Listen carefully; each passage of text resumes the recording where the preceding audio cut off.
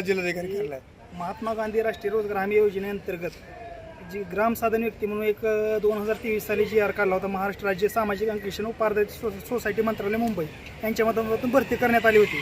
अद्याप 100 साधन व्यक्तीची निवड झालेली आपल्या धाराशिव जिल्ह्यामध्ये आणि महाराष्ट्रामध्ये 34 जिल्ह्यामध्ये 3400 साधन व्यक्ती आहेत.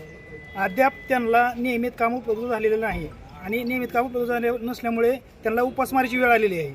हे आमचं जे सामाजिक कार्य असते, कल्याणकारी शासनाच्या जे योजना असतात त्या कल्याणकारी योजनेत सोशल ऑडिट असते. जसं की लाडकी बहीण झालं, पुन्हा आणि कल्याणकारी योजना रोजगार हमी झालं, शालेय पोषण आहार झालं, या कल्याणकारी ज्या योजना आहेत त्याच्या माध्यमातून आम्ही ऑडिट करतो. आणि हे शासनाकडे ऑडिट आमच्याकडे ऑडिट असतं, पण हे प्रायव्हेट यंत्रणेकडे ऑडिट देतात. कोण देते हे आता राज्य समूहक असतील आमचे सामाजिक अंकेक्षण पारदर्शी सोसायटी, हे काय करतात, त्यांना निधी येतो केंद्र सरकारकडून आणि ते त्यांच्या माध्यमातून त्यांना निधी उपलब्ध करून ते सामाजिक कार्य जे आहे ते अंकेक्षण करण्यासाठी निधी उपलब्ध करून देतो. जिल्हाधिकाऱ्याला काय मागणी केली आहे आपण? जिल्हाधिकाऱ्याकडे आमची एकच मागणी आहे की आम्हाला साधन व्यक्तींना 100 साधन व्यक्तीची निवड करण्यात आलेली आहे. जे जिल्हाधिकारी कार्यालयामार्फत त्यांना नियमित काम उपलब्ध करून द्यावे, एवढीच आमची मागणी आहे. जिल्हाधिकारी म्हणले पाठपुरावा केलेला आहे आणि तुम्हाला याच्यावर आपण लवकर माहिती उपलब्ध करून देऊ. यापूर्वी कधी आपण त्यांना भेटला का? आम्ही 2023 पासून सतत पाठपुरावा याचा बाबतीत केलेला आहे. आम्ही कुठेही कमी पडलेलो नाही. रोजगार हमी मंत्री असतील, संदीपान बुमरे रोजगार हमी मंत्री होते, त्यांच्याही कार्यकाळामध्ये आमचं मुंबई आझाद मैदान इथे मोर्चा झालेला आहे. आणि आजही आम्ही जिल्हाधिकारी कार्यालय यांच्यासमोर पूरग्रस्त निर्माण असल्यामुळे आम्ही उपोषणाला बसू शकलो नाही, पण येणाऱ्या काळामध्ये आम्ही नक्कीच उपोषण करू. आम्ही आमच्या हक्कासाठी न्याय मागू.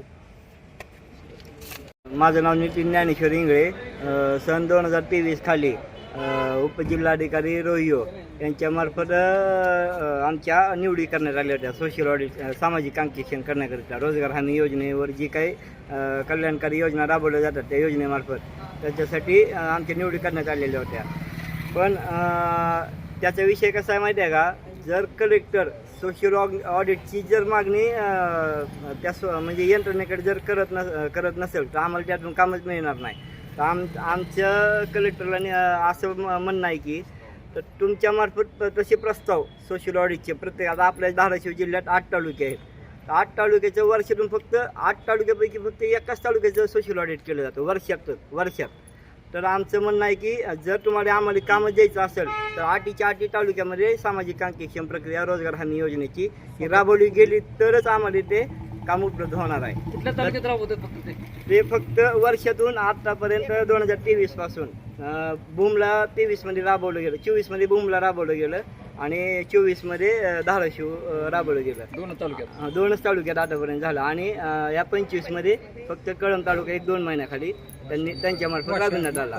तुमचं ते उदरनिर्वाह कसं करतो तुम्हाला ते शासनानं तसे? आम्ही ऑदर ठिकाणी काम बघायला जातो, पण नंतर सोसायटी काय करते की तुमचं उद्या चालू होईल, परवा चालू होईल असं आम्हाला ब्रिटिश धरून आम्हाला त्या ऑदर कामापासून पण वंचित ठेवत आहे. एक प्रकारे आमच्याकडे ठोस म्हणजे असं कुठलंही पाऊल नाही की आम्हाला आमचं उदरनिर्वाह त्या ठिकाणाहून भागल असं.